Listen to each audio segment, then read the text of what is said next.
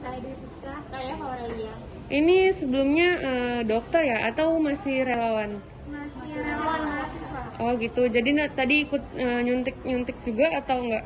Enggak. Enggak ya, cuma nemenin dokternya aja ya.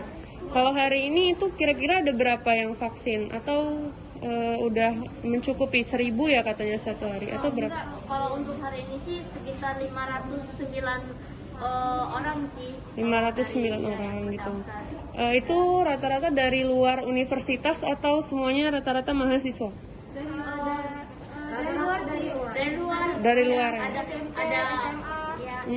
Gitu. Untuk masyarakat umum juga. Untuk masyarakat umum juga. Kegiatan ini dari tanggal berapa sampai tanggal berapa? Dari tanggal 9 sampai dengan 19 November. Oh gitu.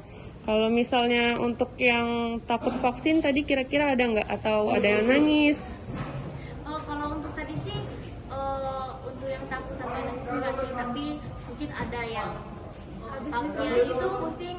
Ya. Oh gitu efeknya ya. Tapi udah baikan sekarang, udah baikan. Kalau misalnya ada yang nggak mau vaksin itu dari kalian gimana? Atau rata-rata yang datang ke sini udah siap vaksin? Ini kalau datang udah siap vaksin. Udah siap vaksin. Oke, makasih ya kakak-kakak.